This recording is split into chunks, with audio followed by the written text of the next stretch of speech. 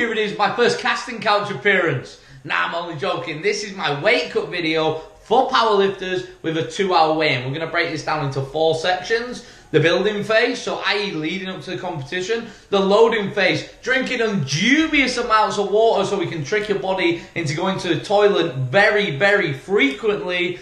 The forcing stage and the rehydration phase. These are going to be the 4 stages that we're going to take a look at so you can make a weight category that you probably shouldn't be in.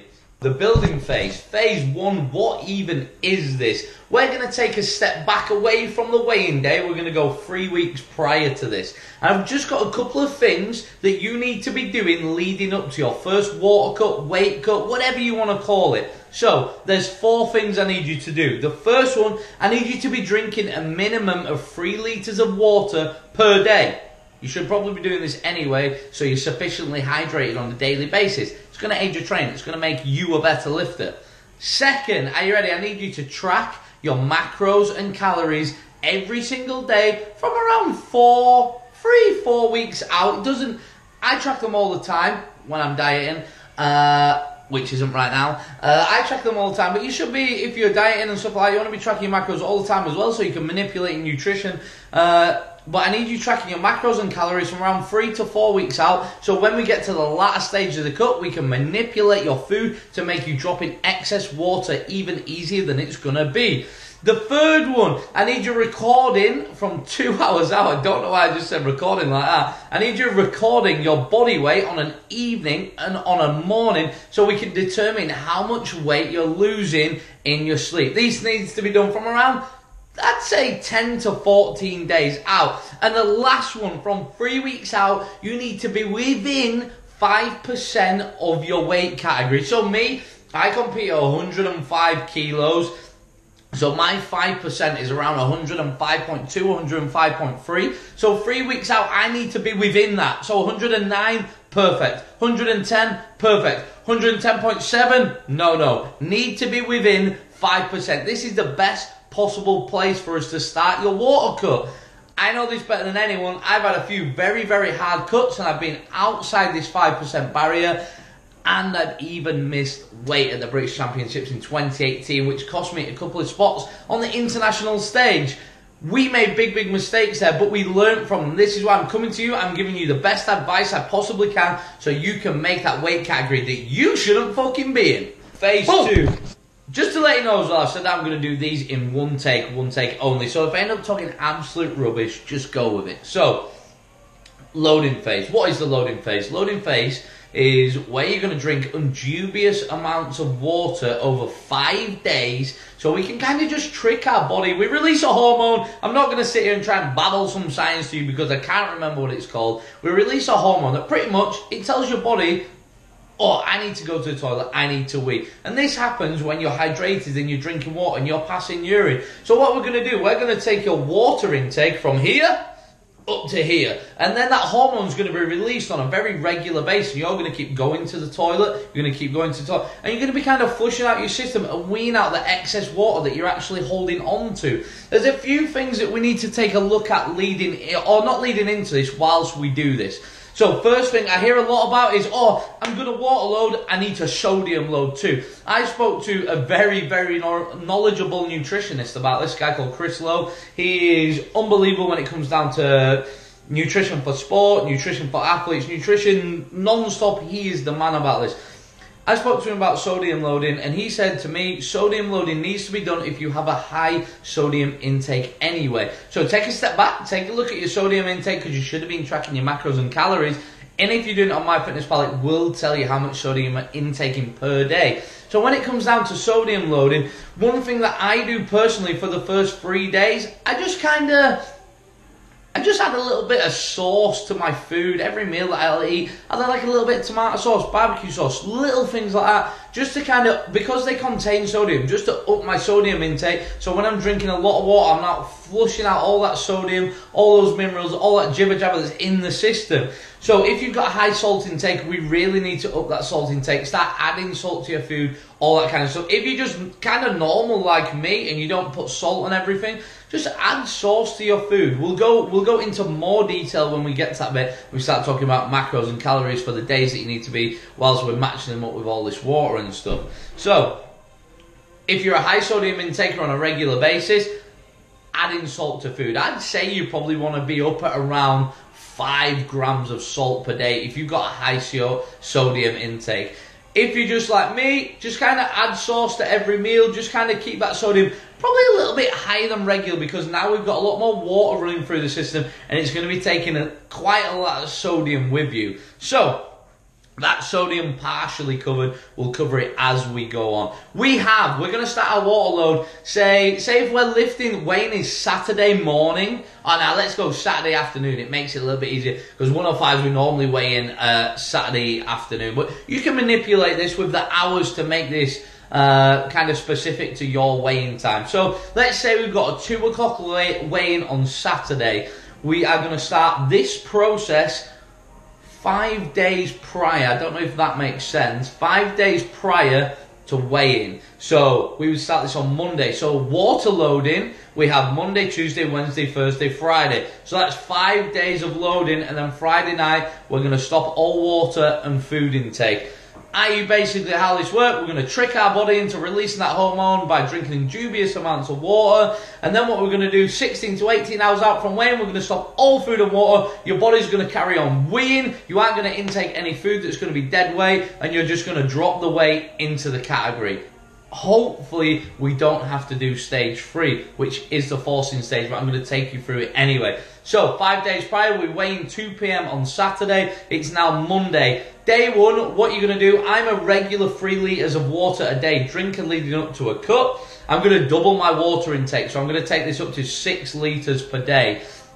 This is a difficult one for people if you drink at to 4 or 5 litres a day. I would probably just double that straight away. So day 1, you're going to double your water intake. So me, I take it from 3 litres up to 6 litres. I keep my calories, my macros, my sodium, my carbs, I keep them all the same on day 1 of loading. Day 2, no change, exactly the same. Keep the calories there, keep the macros there, don't do anything to your carbs, just keep adding that little bit of sauce for the sodium intake, just so it's not getting all flushed out of your system and we're not depleting anything way further than we want to. Day 3, what you're going to do, you're going to take this up to 8 litres per day. If you're a 3 litre drinker, if you do drink up most of 4 or 5 litres a day, I want you to, I'd say let's take this to 11 litres. So let's just add a little bit. So say if you doubled it on day 1 and 2, you drank 10 litres. Let's take this to 11 and 11.5 litres. Same again that day, you're going to keep your macros, your calories, your sodium, the carbs, the same as the 2 previous days. I had to do a retake because I mentioned about day 4 and I started talking absolute jibber jabber. It just everything went from my head and I got muddled up. So, day 4, what you're going to do, you're also going to drink 8 litres of water on day 4. If you are a little bit more aggressive with your water intake every day, what you're going to do here, you're going to push this to 12 litres of water. So you're just going to add another litre. Why am I only adding a little bit if you're a little bit more aggressive drinker? 1, because drinking upwards of 10, 11, 12 litres of water for 4 or 5 days continuously is going to be very, very difficult. So I don't want to be pushing it too aggressive and you not being able to actually maintain the water intake and not actually flushing it through your body properly, not actually releasing the hormone and the process that you want to be going through of going to the toilet on a very, very regular basis. So up to 8 litres of water again, so we're staying the same as day 3 water. So this time what you're going to do, you're going to keep your protein the same for the moment, wait there. You're going to keep your fat the same for the moment. But then what you're going to do, you're going to aggressively cut your carbohydrate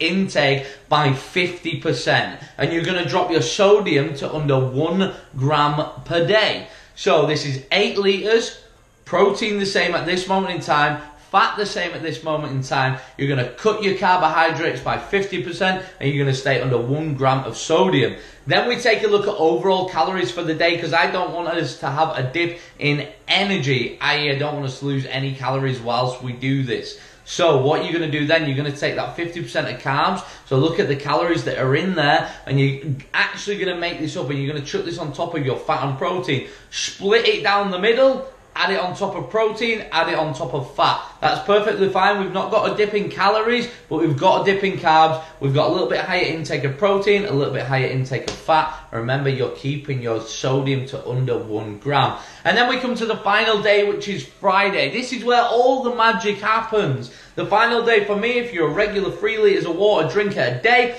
you're going to really push your water intake. Just for this day, you're going to push it up to 11 to 12 litres. Completely up to you. I'd kind of base this on how regular you are going to the toilet. If you're going to the toilet, you want to be going to the toilet probably, when I do this, maybe every 15 to 20 minutes, even a little bit more regular than that. It could be around the 10-minute mark sometimes when I'm pushing up to 11, 12 litres a day. If you get, I don't know what's happening here, if you get to that latter end of the water intake for the day and you're going very, very regular and you're at 10.5, 11 litres, stop it there. That's fine by me. Because now we're kind of working to a time limit. So we've got the final day. So let's say this is the Friday. We need to be cutting our water intake 16 to 18 hours out. So you ready? Real quick count. 1, 12, 11, 10, 9, 8, 7, 6, 5, 4, 3, 2, 1, 12, 11, 10, 9. Let's go 17 hours out. So we'll go bang in the middle. So 9 p.m. at night. That could be a lie. I could have just absolutely spoke. 9 p.m. at night. You're going to cut your water intake. So this is for a Saturday weigh-in at 2 p.m. You're going to cut your water and food intake at 9 p.m. at night. You should have slowly been loading that water throughout the day. So that's one little tip and advice as well, that I've done this wrong in the past. You need to drink your water from start of the day to the finish of the day. Don't drink loads in the morning, loads in the middle, loads at night. It just needs to be gradual throughout the whole day. So the Friday, we've been drinking the water gradually throughout the whole day. And as soon as you hit 9 p.m., we stop all food, we stop all water. You should have intaken around 11 to 12 litres of water. On this day, you're going to have 0 carbohydrates, you're going to have 0 grams of sodium, and you're going to eat all your macros and your calories in protein and fats. And what we want to do on this day, this is really, really important. We need to intake every bit of food that we do as lightweight as possible. Here's a few examples for you. Squirty cream or whipped cream, whatever you want to call it.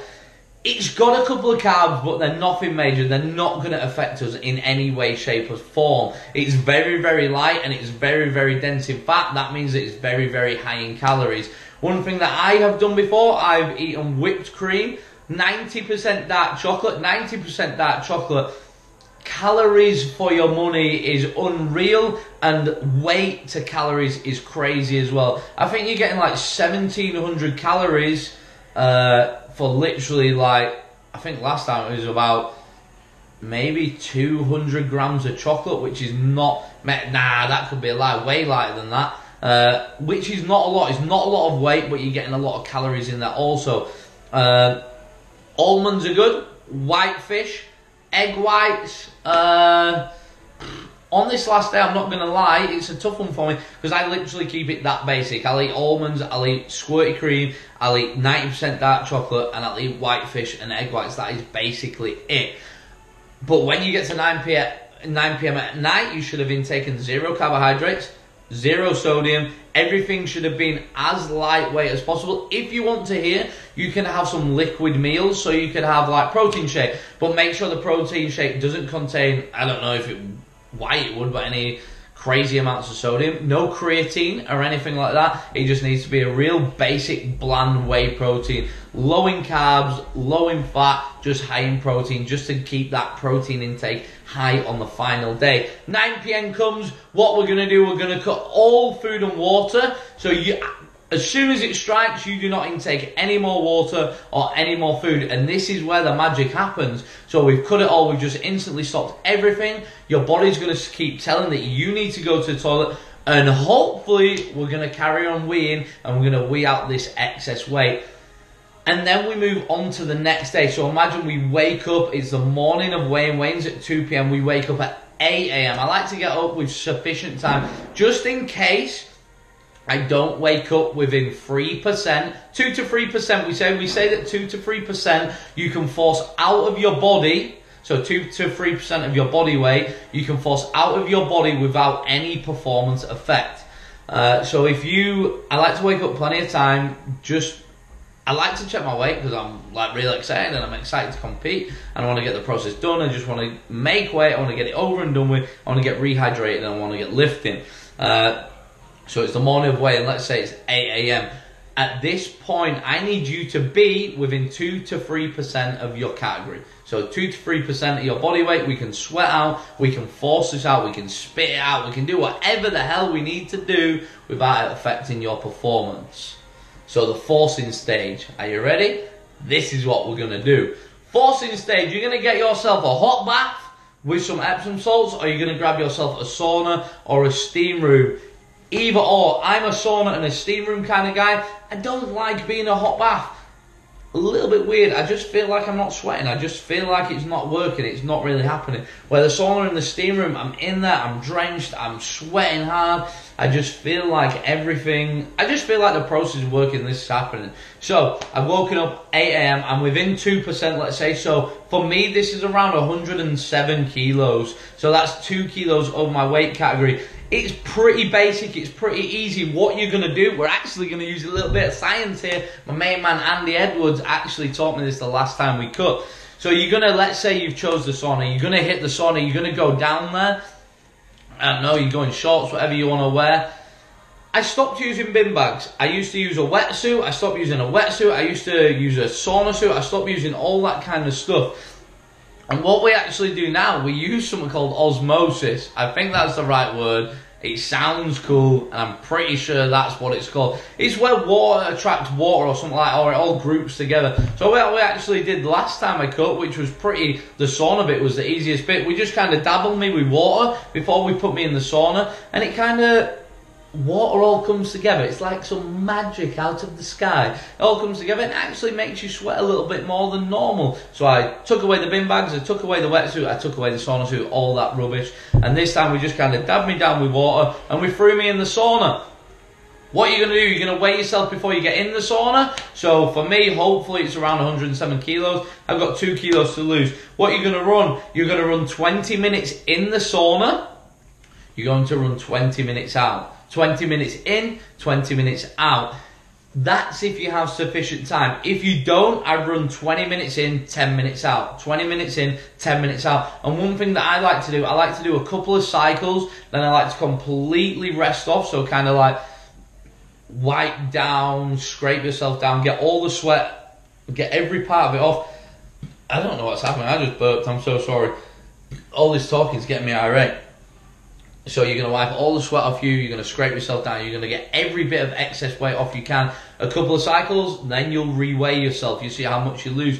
If you lost I don't know, 0.6, go back in, repeat the same process. And you're just going to keep repeating this until you make the weight category, unless you have calibrated your scales with the competition scales beforehand. If you go to the venue and you get on your scales, you're 107.4, and the comp scales say that you're 107.2, you know that you've got a leeway on your scales of 0.2 of a kilo. If you don't know this, you hit the category at the sauna and then you go weighing. You don't take any chance of missing weight. Because trust me, it's the shittest feeling in the world. So yeah, that's the forcing stage. That is just a process, one after the other, 20 minutes in, 20 minutes out. If you don't have that much time, 20 minutes in, 10 minutes out.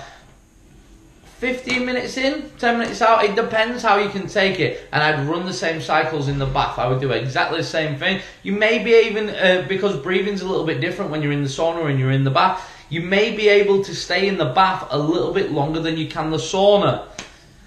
So that's the loading phase, that's the forcing stage. It's so basic, it's so easy, it's so simple.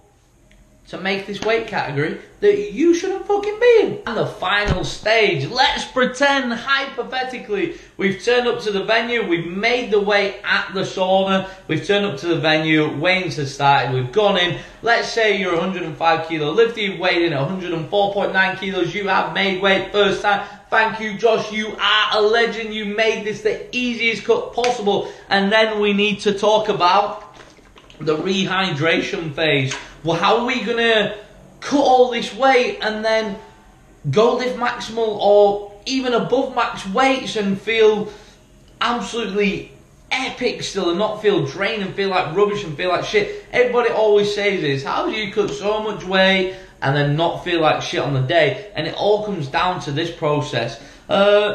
Same again, I spoke to Chris Lowe Nutrition, he knows everything about nutrition, and we sat down and we had a chat when I was kind of trying to develop this technique, these tips that I'm using to kind of make me feel better on the day. So first thing that I'll do post-weighing, I take somebody into the weighing room with me so they can fill out all my sheets, like my racks in, my openers, all that stuff, and as soon as I get off those scales, weighed in 104.9, I have 2 litres, this is actually 2.4 Alpha Bottle sponsored thing, 2.4 litres, I'll have 2 litres of water, and I'll have a sachet and a half of something called, it's like a rehydration powder. Over in England it's called Diarylite, I'm not sure what it's called abroad or anything like that, but yeah, it's just like a rehydration sodium powder thing.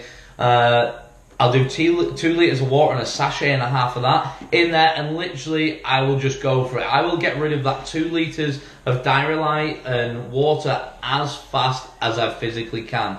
And then we're going to take a look at food for the first hour. So the first hour post-weighing, we're gonna use a little bit of science here. I'm not gonna jabber on about how it works and all that jibber jabber, but I'm gonna give you what I use, and it is perfect. It makes me feel great. I don't feel depleted. I don't feel kind of like high. I don't kind of like pick up in energy and then dip a little bit. Every time I do this, I feel absolutely perfect, feel absolutely balanced. So post-weighing, I've just intaken 2 litres of Diarylite and water. Then the next thing that I'm going to go to, I'm going to mix glucose and fructose together so I can double my glycogen restoration rate. So we restore glycogen at 1 gram per minute, but if we mix fructose and glucose together, glucose can go off into the muscles and do its own thing, fructose can go down to liver and it can do its own thing, and we can actually process more glycogen per minute in the restoration phase, i.e. that depletion that we've just done with the water loading, cutting the carbs to make the weight class, we are now processing a little bit more glycogen than the body could actually do in this restoration phase. I love saying restoration, by the way. What a great word. So what I would go to here, I will mix fructose and glucose together. How do I do this? Honey, bananas. That is it. Simple as that. I get a couple of bananas, so I'll go 2 bananas, squirty honey. Every time I want to bite the banana, cover it in honey, I'll bite it. Cover it in honey, bite it. 2 bananas, and some squirty honey. I'm kind of generous with the honey, 1, because I like the taste of it, and 2, I just want to make sure I'm getting the glucose in there and that it's all firing into the muscles and everything's getting restored, because I don't want to feel like shit when I get out there on the platform. So that pretty much for the first hour is all I will really eat. I'll maybe snack on a couple of little bits like 30 minutes in, but whilst this is happening, within that first hour, I'm drinking water all the time. Water, water, water. First 45 minutes post-weighing, water-wise, I probably want to be 3 to 3.5 litres in. And you got to think 3.5 litres is 3.5 kilos in body weight. You got to think if we're 105 and then that's back up near the 109 kilo mark. So we're actually cheating, but nobody knows. Yeah, so I want to try and intake around 3.5 litres in that first 45 minutes. One thing that I always say, if I start to feel bloated, stop drinking water. Just take a little breather, take a little rest, and then go back to it. Maybe start to sip some Lucozade, little things like that, just so we can kind of keep adding to this rehydration. So we're kind of fueling the body on what it's lost, and we're putting it all straight back in there. Let's say the first hour's out the way, you're 3.5 litres in with water, you've done your 2 litres of water with Diarylite, you've had your 2 bananas, you've had your honey, you can have a couple of little snacks in that hour too. So the snacks that I'd say that you eat, they're not big snacks in that first hour, because we don't want to push your glycogen too much, because we don't want it to bottleneck, and we don't want you to peak in energy, and we don't want you to dip and feel like shit, because it's all bottlenecked up in the process and it's not firing anymore. snacks, I'd say if you want to eat something a little bit more, I don't know, calorie dense in that time, I'd pick something that you can eat that is not going to bloat you, it's not going to be heavy in your stomach, but it's going to be dense in calories. Chocolate, something for me is Jaffa cakes. I could eat Jaffa cakes all day, every day, and I never feel full of them. They never bloat me or anything like that. So if you want to have some kind of, I don't know, snack in that first hour, I would definitely go with something that you enjoy and that you can eat all day, every day, and it don't bloat you, it's not heavy in your stomach, but it is actually quite dense in calories. So then what we're going to do, we're going to move away from there, and some essentials that you need for this. You need salt and vinegar crisps. You need a meal that you normally eat on a training day. So I don't know, if you eat chicken and rice every day, have a big old portion of chicken and rice waiting to go. We've got the salt and vinegar crisps, we've got more Diarrhea. After that first hour, you should be kind of feeling pretty normal. One thing that I like to do when I go get changed, ready to lift, I'll actually go weigh myself and make sure that I'm above 109 kilos, so I'm back and ready to go and ready to hit the platform. Because that's normally around like the kind of training weight that I'm at. So we've cut the weight and now we're back up to training weight. You've restored your glycogen by mixing fructose and glucose, so we're doubling the rate. You've replaced your sodium with the Diarrhea and sipping away at Lucozade. And now we're going to move into really boosting that sodium to make sure that we don't cramp. So after an hour, what you're going to do, you're going to intake sodium. Go crazy. Have fun with it. Don't take the piss though. Don't push it, I don't know, like 6, 7, 8, 9 grams, because this is just going to work in the complete opposite. You're going to feel like shit, you're going to feel sluggish, you're going to hold on to way too much water, and you're probably not going to pass urine as easy as you would, because we want to be weeing again at some point before we lift, just to show that we are back to a state of hydration. So eat some salt and vinegar crisps. If you're eating that regular meal, bang a little bit of salt on it. Pick away at calorie dense foods that are going to kind of keep you fueled throughout the meet. And then when it comes down to it, you want to be back up to kind of training weight. So you want to have been taking enough water to kind of get you back up there. We've been taking those things that we've just spoken about. And then one thing that kind of plays a little bit of a role also is caffeine. One thing that I do with my caffeine, I really hold off on the caffeine. I don't hit my caffeine, so my pre-workout, until probably about 3 squat warm-ups in, just because caffeine actually affects hydration. I think it affects it in a good way, bad way, but I remember reading on a video, I can't remember who did the video, and they were like, hold off your caffeine for a little bit until you've started to wee. So when you're pissing clear, throw in the pre-workout. We want to be pissing clear before we actually get like into that warm-up room. We want to have at least been for one decent wee. And what about ready to go? That's pretty much everything, eh? There we go. That's how I cut weight.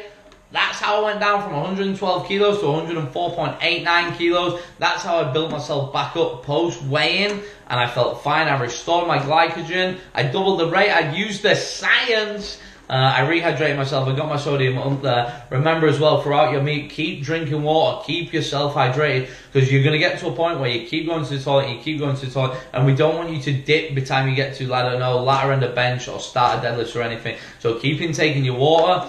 Hold off on your caffeine. Taper your caffeine through the meet. So a little bit for squat, a little bit for bench, a little bit for deadlift. Calorie dense food that's not going to sit in your stomach. It's not going to make you sluggish or bloated or anything like that. That's me on the casting couch, how I cut weight for a 2-hour weigh-in. We have just blabbed and blabbed and blabbed, but I'm hoping you took some out from that. If you do use this information when you cut weight for your competition, tag me. Let me know how it went. If you do need any kind of guidance, I actually do run this as a 10-day service where you contact me and we actually cut you into the competition. I pretty much hold your hand from start to finish and make sure you make it. I'm going to be posting a couple of testimonials soon on my Instagram as well about this. So if you want to get over there and check that out, it'll be up in the next 7 days. That's me, over and out. Weight cut for powerlifting, 2-hour weigh-in. Boom, boom, bang.